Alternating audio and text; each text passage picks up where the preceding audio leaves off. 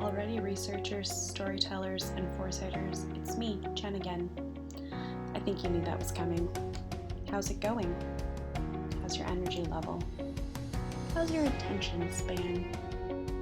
I've noticed over the last few weeks that I'm not able to stay focused like I want to.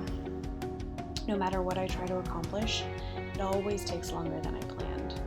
I can easily get distracted or linger in an unproductive zone. What typically gets me out of the zone right now is feeling a sense of duty to not letting this pandemic pass me by without feeling like I've accomplished something. And at the same time, I'm reminded that this is an invitation to slow down and to recharge, because there's no telling how long this will be or how much energy we're going to need to endure it. I hope that didn't scare you. I'm hoping that my honesty will let you decide how you want to proceed. This is going to be the last time I reach out to you. I originally thought that I would do at least 2 more sets of materials, but I am acutely aware of how energy is fading. So my goal is to squeeze out a little bit more from you and then leave you to rest. There are many ways we could do this next phase of work. Typically, we would have taken everything we had learned so far and worked together on mapping out how to make sense of all of it. We would have looked for overlapping themes between the puzzle pieces and moved towards assembling the puzzle. Our work as researchers, foresighters, and storytellers is to take pieces of information and to make pictures that others can react to. Those reactions tell us what's important, where we should invest time and resources, and what changes we would like to see in the world, even if we aren't quite able to articulate it through words yet. Up until now, we've focused on the pieces. Do you see the pieces? Are the pieces feeling like they're coming together? Or are they still feeling like a puzzle full of missing pieces? Is that a bit like what 2020 feels like to you? 2020 is clearly going to be a year for the history books. Every day, every minute, things are shifting. Systems that we've relied on and existed on for centuries are being dismantled. This is a time for change. This is a moment to be remembered. Foresight is about taking what we know about right now and stretching, pulling, breaking, and reimagining what we assume will come true. And instead, re-examining that singular path we believe is already charted and setting forward a series of new paths. Foresight is about mapping out alternative futures. Together, we're going to map out 4. You might ask, why 4 scenarios? It's because we're going to use a foresight method called 4 generic images. This method is based on the thinking that if we look at past and present in 4 specific ways, we'll be able to gain a sense of 4 very different worlds. From there, we're able to start to strategize a set of stronger actions and solutions moving forward. Each scenario paints a very different view of the future. When researchers imagine just one future, they often aim for a preferred future, one that's shiny and everything seems perfect. That isn't the goal of foresight. The goal of foresight is to imagine the good and the bad. All systems have balance. There is no good without bad. Instead, we're aiming for 4 unique pictures of the future, each one with its own sets of rules, routines, and rituals, each one prioritizing a different set of values, each one influencing people in a different way. The 4 unique images or pictures are called growth, collapse, discipline, and transformation. This is an especially unique time to be doing any kind of foresight work because so much around us is unknown. Our current image of certain systems is currently breaking down. What we used to think is normal about systems like education, healthcare, business, government leadership is now being called into question, and how each of those systems impact things like climate change, public health, individuals' access to food, income, employment, and justice are all changing. So stretching, pulling, and breaking and reimagining what we imagine to be true or assume to be true just got a little bit more interesting and completely unstable. But nevertheless, we're ultimately going to figure out what we want to keep and what we want to let go of, so we might as well start now. In the growth scenario, we imagine what it looks like to reinforce existing systems in their existing state, and then we put them into overdrive. We assume that the existing systems keep increasing and growing, but like a balloon filling with air, eventually there's a breaking point. It's a matter of exaggeration and propping up the current winners. This happens through exploitation and conservation. In the collapse scenario, we imagine what it looks like to redistribute existing systems in their track, and then start to build a new normal. We assume that the existing systems are dissolving and making way for new systems to prevail. It isn't a matter of two systems fighting against each other, because one already doesn't exist, and so now there's room for rebirth and renewal. In the discipline scenario, we imagine what it looks like to reorganize existing systems around strict rules. We assume that existing systems have lost their sense of control, and the establishment of new rules is a way to regain that control. It's a matter of restricting access and constraints that is intended to limit decisions, but may result in increased creativity. In the transformation scenario, we imagine what it looks like to re-engineer existing systems to have a dreamlike, and that's in air quotes, society.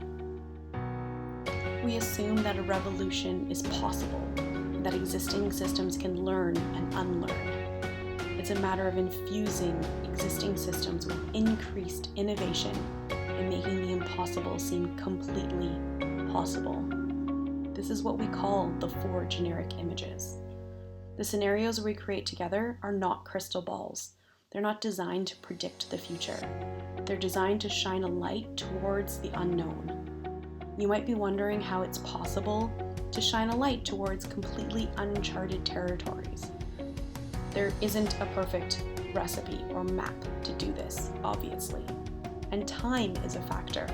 The quicker you work, the less time there is to figure out the details, and you're left with fuzzy scenarios and gaps in the pictures. The slower you work, the more time you have to fill in the blanks, but the longer it takes to share the work and build together. This is where I'm stuck. I had hoped to be able to show you a product of what you've been sharing with me over the past while, and get you enough information to sink your teeth into to start to see new worlds emerging. You've shared some extremely thought-provoking and insightful information with me. I appreciate the reflections and observations you've made at times when it feels like nothing really makes sense. So instead, I will leave you with teasers to see how you react. I will share with you the personalities of 4 scenarios. When I started writing scenarios, I make a grid of 7 major factors.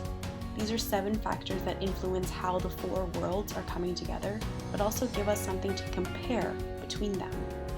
To determine the 7 factors for the scenarios I'm going to share with you, I look to your letters for your future selves and your hopes and your fears. And I was able to see 7 quite distinct factors repeated through almost every single one of your submissions. The 7 factors are government, healthcare, education, employment, social connection, environment, and art. So I'm going to introduce you to 4 new worlds. But first, I should probably tell you what year it is. We're now going to the year 2045. That's 25 years from now. Typically with foresight, the general rule of thumb is to be able to give yourself enough time to get far enough away from right now so that no one is saying something isn't possible because of how long it takes change to happen. Some say it takes a generation to make real change. The UN gives themselves 15 years between sustainability design goals. So we're going with 25 years. For many of you, that means graduating high school maybe going to university or college, starting jobs, leaving jobs, maybe starting businesses, maybe failing at businesses, probably means having good and bad bosses, co-workers, relationships, and at least 10 years of having the option of voting. That's a lot of time for you to make change, and I hope you do. Okay, now I'm going to actually introduce you to 4 new worlds. Growth. What if the government is risk adverse and healthcare is always prepared? Education is digital, social connection is isolated, employment is essential, and the government is trashed. No, sorry, not the government. The environment is trashed, and art is lacking. And in collapse, what if government is transparent? Healthcare is community. Education is grassroots. Social connection is mutual. Employment is social. The environment is recovering, and art is healing. In discipline, what if the government is data-driven? Healthcare is restricted. Education is blended. Social connection is monitored. Employment is automated. And the environment is protected, and art is political. Transformation could be, what if government is female-led? If healthcare is accessible? If education is holistic? If social connection is vibrant? Employment is interdisciplinary? If the environment is flourishing and art is charitable? I'm curious to know what your initial reactions are to hearing the personalities of these worlds. I've shared these with you and look forward to getting your raw opinions and the beginning of actions you might take to help achieve or stop pieces of these new worlds. We'll do an activity called Keep, Chuck, and Change. These 3 simple questions will help me know what you think is worth working towards or preserving, what's scary and worth working against happening, and finally, what might be an opportunity for new ideas. I hope by now you're getting the feeling that while we may not be able to stop the course of the future, we are able to shape the future. And we do that by actively working together to take leadership. Okay, I'm afraid we're out of time. I wish we could have done more. I also want to thank you so very much for taking time to step outside of your regular scheduled programming to come into an imaginary world with me. I'm not allowed to ask you for your emails, but I am allowed to tell you how to find me. You can find the Department of Imaginary Affairs on the internet at our website, which is www.dia.space, the word SPACE, all spelled out. And you can find us on social media, both Instagram and Facebook, at DIA_space. So maybe this won't be the last time we're learning together. So until then, have a safe and socially distant